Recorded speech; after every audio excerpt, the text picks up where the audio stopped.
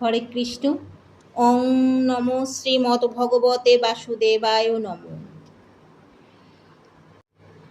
শ্রীমদ্ ভগবদ্গীতায় কর্ম সন্ন্যাস যোগে অর্জুন বললেন, হে শ্রীকৃষ্ণ, প্রথমে তুমি আমাকে কর্ম ত্যাগ করতে বললে এবং তারপর ভক্তিযুক্ত কর্মের অনুষ্ঠান করতে বললে।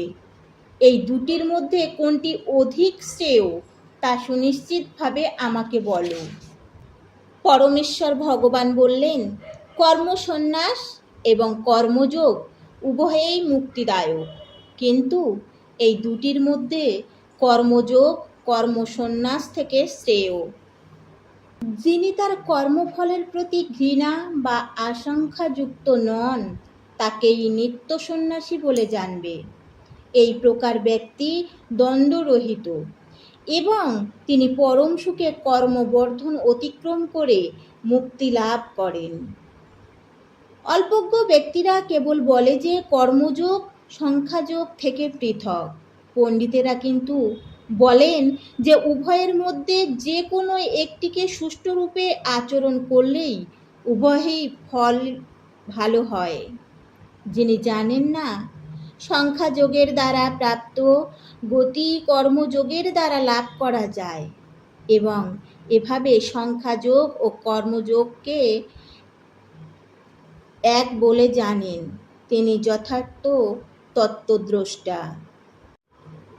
চিন্ময় চেতনায় অধিষ্ঠিত ব্যক্তি দর্শন, শ্রবণ, স্পর্শ, ঘ্রাণ, ভোজন, গমন, নিদ্রা এবং প্রশ্বাস আদি ক্রিয়া করেও সর্বদা জানেন যে প্রকৃতপক্ষে তিনি কিছুই করছেন না, কারণ প্রলাপ, ত্যাগ, গ্রহণ, চক্ষুর উন্মেষ ও নিমেষ করার সময় তিনি সর্বদাই জানেন যে জড় ইন্দ্রিয়গুলি কেবল ইন্দ্রিয়ের বিষয়ে প্রবৃত্ত হয়েছে এবং তিনি নিজে গুণগুলি সেগুলি থেকে বিলুপ্ত।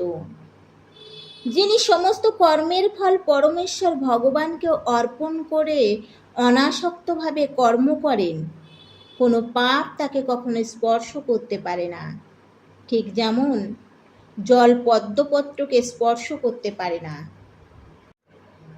আত্মশুদ্ধির জন্যই কেবল যোগীরা কর্মফলের আসক্তি ত্যাগ করে দেহ, মন, বুদ্ধি এমনকি ইন্দ্রিয়ের দ্বারাও কর্ম করে থাকেন। যোগী কর্মফল ত্যাগ করে নৈষ্ঠিকী শান্তি লাভ করেন, কিন্তু সকামকর্মী কর্মফলের প্রতি আসক্ত হয়ে কর্ম করার ফলে কর্মের বন্ধনে আবদ্ধ হয়। বাহ্যে সমস্ত কর্ম করেও সংযত হয়ে এবং মনের দ্বারা সমস্ত কর্ম ত্যাগ করে জীব নবদ্বার বিশিষ্ট দেহরূপ নগরে পরম সুখে বাস করতে থাকেন। তিনি নিজে কিছুই করেন না এবং কাউকে দিয়েও কিছু করান না। দেহরূপ নগরীর প্রভু জীব কর্ম সৃষ্টি করে না, সে কাউকে দিয়ে কিছু করায় না এবং সে কর্মের ফলও সৃষ্টি করে না। এই সবই হয় জড় প্রকৃতির গুণের প্রভাবে। ভগবান জীবের পাপ অথবা পুণ্য কিছুই গ্রহণ করেন না। অজ্ঞানের দ্বারা প্রকৃত জ্ঞান আবৃত হওয়ার ফলে দেহধারী জীবসমূহ মোহাচ্ছন্ন হয়ে পড়ে। জ্ঞানের প্রভাবে যাদের অজ্ঞান বিনষ্ট হয়, তাদের সেই জ্ঞান অপ্রাকৃত পরম তত্ত্বকে প্রকাশ করে। ঠিক যেমন দিনমানে সূর্যের উদয়ে সব কিছু প্রকাশিত হয়।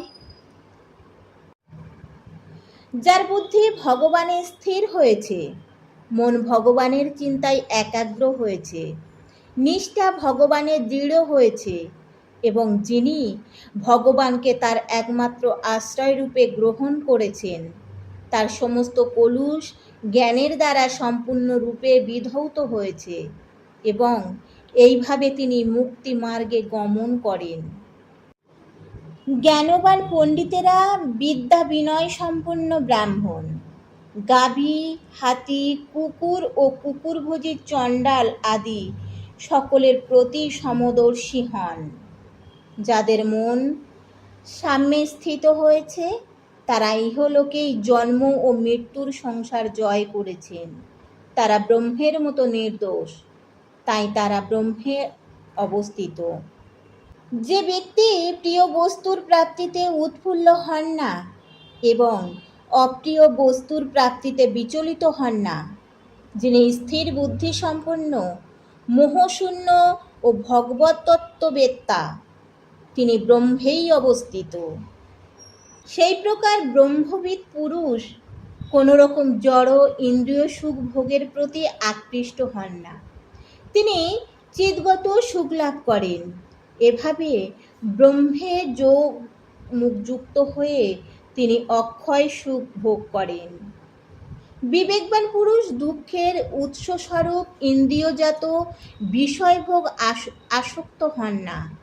হে কুন্তেয়, এই ধরনের সুখভোগ আদি ও অন্ত বিশিষ্ট, তাই জ্ঞানী ব্যক্তিরা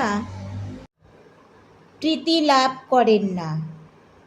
এই দেহ ত্যাগ করার পূর্বে যিনি কাম ক্রোধ থেকে উদ্ভূত বেগ সহ্য করতে সক্ষম হন, তিনিই যোগী এবং এই জগতে তিনিই সুখী হন।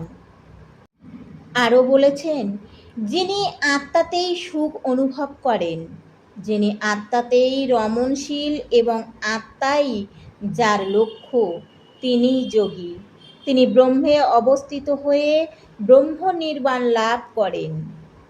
সংযত চিত্ত সমস্ত জীবের কল্যাণে রত, দ্বিধাশূন্য এবং নিষ্পাপ ঋষিগণ ব্রহ্ম নির্বাণ লাভ করেন।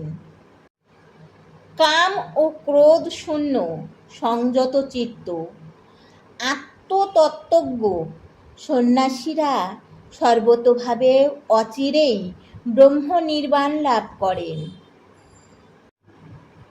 মন থেকে বাহ্য ইন্দ্রিয়ের বিষয় প্রত্যাহার করে, ভ্রুদয়ের মধ্যে দৃষ্টি স্থির করে, নাসিকার মধ্যে বিচরণশীল প্রাণ ও অপান বায়ুর ঊর্ধ্ব ও অধোগতি রোধ করে, ইন্দ্রিয় মন ও বুদ্ধি সংযত করে এবং ইচ্ছা ভয় ও ক্রোধ শূন্য হয়ে যে মুনি সর্বদা বিরাজ করেন, তিনি নিশ্চিন্তভাবে মুক্ত।